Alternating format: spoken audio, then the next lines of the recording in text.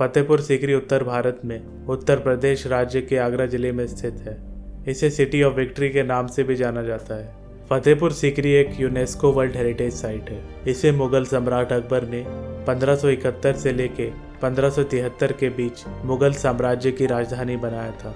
अकबर ने यहाँ पर लगभग 15 साल तक शासन किया था। फतेहपुर सीकरी मुगलों का पहला योजनाबद्ध शहर था, जिसे शानदार प्रशासनिक, आवासीय और धार्मिक भवनों में महल, सार्वजनिक भवन, मस्जिद और दरबार, सेना, राजा के सेवकों और एक पूरे शहर के रहने के क्षेत्र शामिल थे। यह अकबर की पसंदीदा परियोजनाओं में से एक थी। बचे हुए स्मारक अकबर की वीरता और महान कार्यों की कहानी बताते हैं। फतेहपुर सीकरी में 2 कॉम्प्लेक्स या सेक्शंस हैं। फतेहपुर एक होली कॉम्प्लेक्स है और सीकरी एक रेसिडेंस एरिया या सेक्शन है, जहां अकबर और उनकी रानियों के महल, उनकी मनोरंजन की जगहें हैं। फतेहपुर कॉम्प्लेक्स का मेन एंट्रेंस बुलंद दरवाज़ा है। इसे 1602 में मुगल बादशाह अकबर द्वारा गुजरात पर अपनी जीत के उपलक्ष्य में बनाया गया था। इसकी हाइट 52 मीटर्स है और इसमें 42 स्टेप्स या सीढ़ियाँ हैं और ये पूरे वर्ल्ड में सबसे हाईएस्ट दरवाज़ा है। ये जो पूरा एरिया आप देख रहे हैं, ये फतेहपुर सीकरी का सबसे मेन पार्ट है और इसे कहते हैं दरगाह कॉम्प्लेक्स। यहाँ सबसे इम्पोर्टेंट पॉइंट यह जगह है संगमरमर से बनी शेख सलीम चिश्ती की दरगाह। इन्हीं बाबा की दुआ से अकबर को बेटा प्राप्त हुआ था। उसकी खुशी में ही अकबर बादशाह ने पूरे फतेहपुर सीकरी का निर्माण करवाया था। दरगाह के अंदर जो आप ये दरवाज़ा देख रहे हैं, ये बोनी की लकड़ी से बना हुआ है, जो उस वक्त श्रीलंका और साउथ अफ्रीका से मंगवाई गई थी। और ये फ़ोटो में यहाँ पर ईद के दिन शेख सलीम चिश्ती के मेले को दर्शाया गया है। दरगाह में ये छोटा गेट अकबर ने जोधाबाई के लिए बनवाया था, क्योंकि जोधाबाई एक राजपूत थी और राजपूत कभी झुकता नहीं। अकबर का मानना था कि उनके गुरु शेख सलीम चिश्ती की दरगाह में सब झुक के आए, जिस कारण ये दरवाज़ा बनाया गया था। और ये दीवारों पर कुरान की आयतों को दर्शाया गया है। और ये जो आप खूबसूरत बिल्डिंग देख रहे हैं, ये जामा मस्जिद है। यहाँ पर अकबर के टाइम लोग नमाज पढ़ते थे। आज भी यहाँ पर दिन के 5 वक्त की नमाज अदा की जाती है। इस मस्जिद में 6 दरवाजे हैं, जो एक ही साइजेस के हैं, लेकिन आपको देखकर ऐसा लगेगा कि ये बड़े छोटे हैं। हॉल के सेंटर में जो लैंप लगा है वो सोने का था। 1905 में ब्रिटिशर्स इसमें से सोना निकाल कर ले गए थे। शेख सलीम चिश्ती की दरगाह के बगल में कब्रिस्तान है। यहाँ पर चिश्ती फैमिली के लोगों का ग्रेवयार्ड बना हुआ है।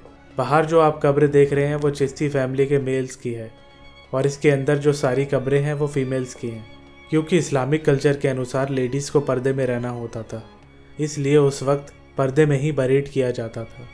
ऊपर ये जो छोटी छोटी बुर्जियाँ आप देख रहे हैं, यहाँ पर अकबर के टाइम रोशनी करने के लिए मशालें जलाई जाती थी, खासकर हज़रत सलीम चिश्ती हयातुल्लाह के जन्मदिन पर। यहाँ से हम सीकरी कॉम्प्लेक्स या सेक्शन की ओर चलेंगे, जहाँ पर अकबर और उनकी रानियों के महल है। अकबर को संतान की प्राप्ति जोधाबाई से हुई थी, इसलिए उन्हें मलिकाए हिंदुस्तान का टाइटल दिया गया था। इस कारण यहाँ सीकरी में उनके लिए सबसे बड़ा महल बनाया गया है।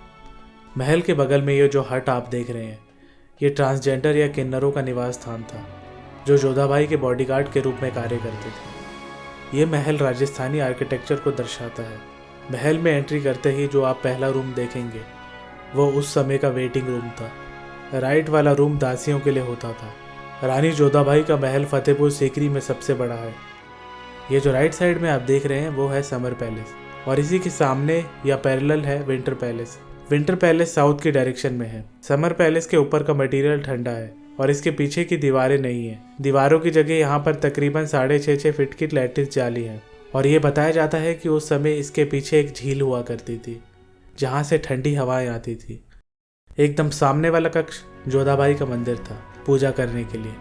यहाँ पर भगवान श्री कृष्ण जी की बहुत बड़ी मूर्ति थी। यहाँ के पिलर्स पर हिंदू आर्किटेक्चर को काफ़ी अच्छे से दर्शाया गया है। पिलर पर त्रिशूल, हाफ लोटस, तिलक और नारियल बना हुआ है।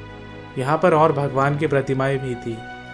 उस ज़माने में महल के एकदम सेंटर में तुलसी का पौधा था। कॉर्नर्स पर जितने भी आप रूम देख रहे हैं वो लेडी सर्वेंट्स के लिए होते थे। उस टाइम रानी जोधाबाई के लिए 125 सर्वेंट्स होते थे। ये है रानी जोधाबाई की रसोई, जहाँ पर प्योर वेज खाना ही बनता था। इसकी बाहरी तरफ टर्किश आर्किटेक्चर को दर्शाया गया है।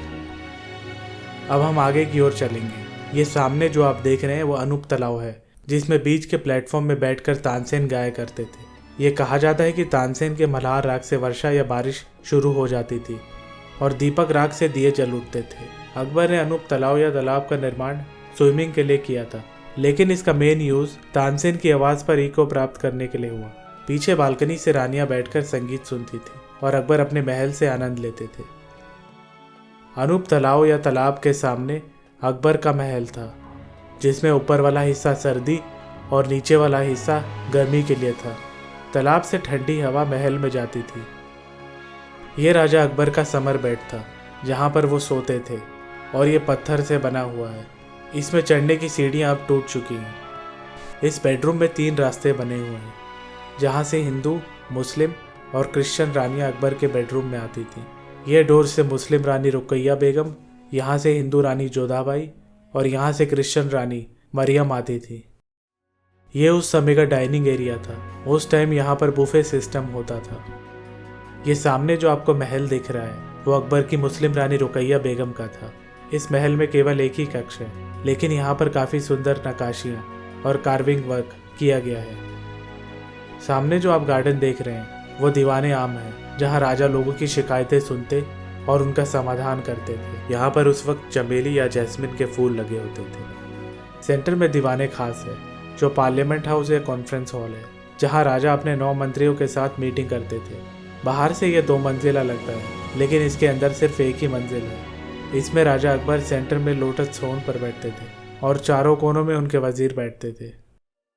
ये जो सेंटर में पत्थर का टेबल है, उसके पास ही लूडो खेलने का बोर्ड है, जिसे गेम ऑफ 25 भी कहते हैं। इस बेंच पर बादशाह अपनी बेगम के साथ बैठकर लूडो खेलते थे।